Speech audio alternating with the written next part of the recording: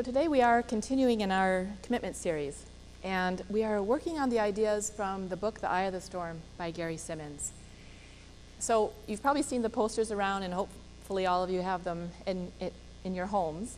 And so just a quick review, what we're talking about, the eye of the storm, doesn't need to be like a hurricane or something really chaotic or extremely frightening, but it's wherever we are out of our wholeness, out of our centeredness, out of our oneness with God. So the eye of the storm, Gary doesn't spell it E-Y-E, he spells it I, is this: we are the eye of the storm. And then we talked about, the second week, we talked a little bit about how we need to remember that we don't know the whole picture. We never know everything about a situation or certainly about a person. And so what we do, because our minds are so incredible and creative and imaginative, which is good, but we fill in those gaps with something from inside of us. And depending on how we're feeling, we could fill it in with fear and confusion and lack, or we can fill it in with trust and hope and faith. But we make that situation or that experience that we didn't know everything about, we make it mean something to us. We give it a meaning, we give it value. Then last time I spoke about the eye of the storm, we talked about a little bit about conflict. And I think we pretty much agreed, it certainly was the consensus in the classes, that most of us are not really comfortable with the idea of conflict. And as a matter of fact, some of us go out of our way to avoid conflict, or we either avoid it, or we dismiss it, or we ignore it, or we pretend like it didn't happen, or, we do all these things. So what Gary's, the subtitle of his book is Embracing Conflict, which sounds like, why would we want to do that? But anyway, hopefully by the end of this lesson, we might have a better understanding about what he means by that. So conflict appears when we have two different forces or ideas or people that seem to be opposing each other. It seems like there's two sides. There's some tension going on, or there's some resistance. And, this is something, like I said, it doesn't need to be a big thing. What time? It's like 11 o'clock this morning, and I am sure that I'm not the only one who's already experienced some resistance in my life this morning. Perhaps it was just even waking up in the morning and seeing the dark sky and thinking, you know what? I'd rather just really stay in bed. So then we have that little tug going on in us. Or we could think, I want pancakes for breakfast this morning. And we go into the fridge and no eggs. Darn. We got this little. So can you see how we've already experienced resistance many, many times, even just since we woke up this morning? So Gary puts out that there's two kinds of resistance. There's outer and inner. So the outer resistance is something that seems to come to us from the outside. Something triggers in us some resistance. Somebody says something to us, perhaps that hurts our feelings, or that is criticizing us or being judgmental of us, or perhaps something happens to us. Like this morning when I woke up, actually I could hear loudspeakers talking in the distance. I thought, uh-oh, I bet there's an event happening in James Bay this morning. And hopefully I can get to church in time. I know Anna left her house before dawn, I think, to make sure that she got here in time this morning. So stuff, things happen. They come at us from the outside. It's unforeseen. And so what is our reaction? Well, we wish things could be different. We think, well, if only they had understood this, they wouldn't have said that about me. Or I wish they hadn't said that. If only, it was a different day or a different year or a different place. And can you see how all of that is pulling us outside of our center? Because the one thing about the eye of the storm is that we are living in the now. There is no time. It's timeless. It's one moment and it's timeless at the same time.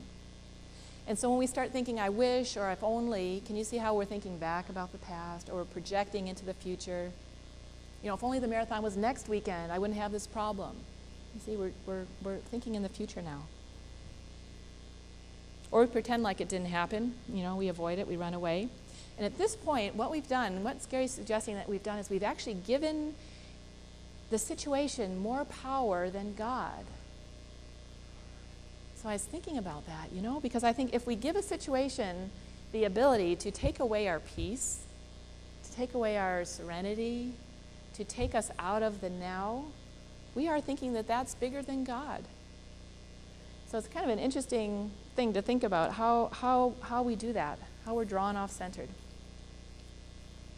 But if we are willing to look at that situation differently, what we can see is that when something comes at us from the outside and we notice our resistance to it, it can be an opportunity for us to learn about how we are in the world. What we do, what we say, the actions that we take, the decisions that we make. Sometimes, say for instance, if someone questions you, we could take it as criticism or judgment, or we could say, well, let me just rethink my decision, what I did. And hopefully, I mean, I do this, we rethink something, we think, you know what, I could have done that differently. I can see how I wasn't really acting from my center, from my God, my divinity.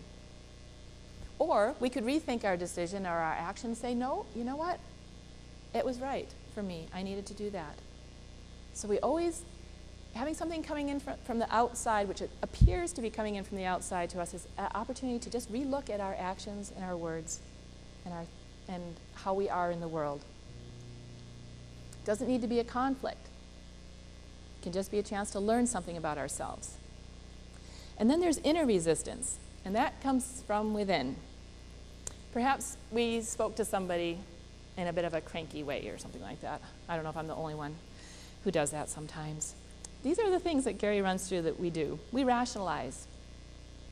I could say, well, I have the right to be cranky. I didn't sleep well last night. Or we justify.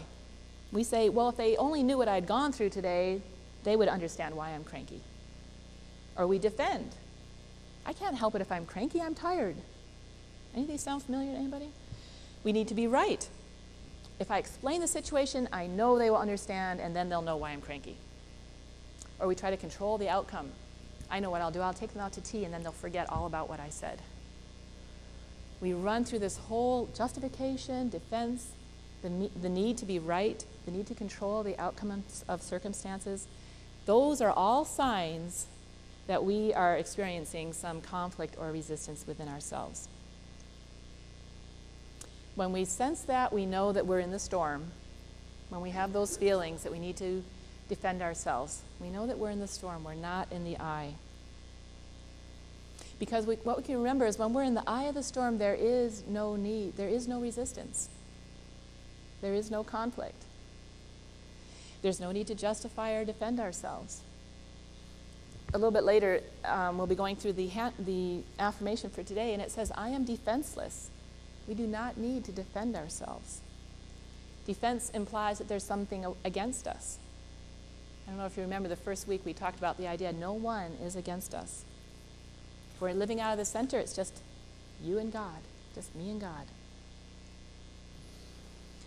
So I'm going to use a personal example about how this inner resistance comes up. I'll be brave here and just share something. About a year ago, I went to an appointment at my naturopath's office. And the appointment was at 2 o'clock. It was a busy day, and I was out at Royal Oak, and I got out there at about 10 to 2 and signed in. And then I waited, and I waited, and I waited, and I waited. And about 20 after 2, I went up to the front desk, and I thought I was being pretty nice, and I said, are we running a little bit late today? And she said, well, let me check your appointment. And she said, well, your appointment's at 3. I said, no, it's not. It's at 2. And she said, no. We've got you down for 3. Can you come back? So I was not happy. I said, right. I made some snippy comment and walked out of the office. And I went and sat in my car, and I was very unhappy. I was very unhappy with how I had responded. Only if it was only one word, it wasn't what I wanted to do. And I sat and I went through all of those things I was talking about, the justification. I thought, don't they know how busy I am? And then I go through the thing of needing to be right. I thought, you know what? I wrote down 2 o'clock for sure. And it's even right here in my book. So, I could prove it to them. You see how I'm, I want to be right. And then I thought I could explain why I was so abrupt. I want them to understand. I want to change their minds. I want to convince them. So you can see how I'm going through all these things. Am I in my center? No. I'm out there, I'm confused, I'm frustrated, I'm all those kinds of things. Why they're making me even later now. Now I have to rearrange my whole day. It's all about them, right? What Gary's telling us is that, you know what, the conflict is a resistance within us, right? It's our soul, it's where our soul's purpose is meeting up with a way that is not our soul's purpose. So our soul's purpose is to express God and to be loving and truth-filled and patient and kind and all of those things. And I hadn't been. And so now I've got this conflict within myself.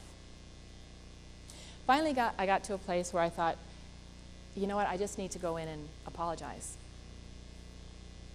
So I went back with no justification, no defense. You know, it was so tempting to just put in a little, didn't you know how busy I was? Or just a little something, so they could understand. I thought, no, there is no need to defend myself.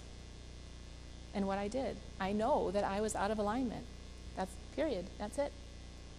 And I know the value of this clinic, and I like it, and I want to have a good relationship with them, so I went back in and when I came back for my 3 o'clock appointment, I said, I'm sorry for how I spoke to you when I left the office. And I sat down. That was it. Gary says that conflict is an opportunity to find out something about ourselves. That's all it is. Nobody from the outside is creating conflict in our lives. Conflict is an opportunity to find out something about ourselves. If we can just be quiet and go inside and get centered with God, we can see where we are out of alignment with our soul's purpose.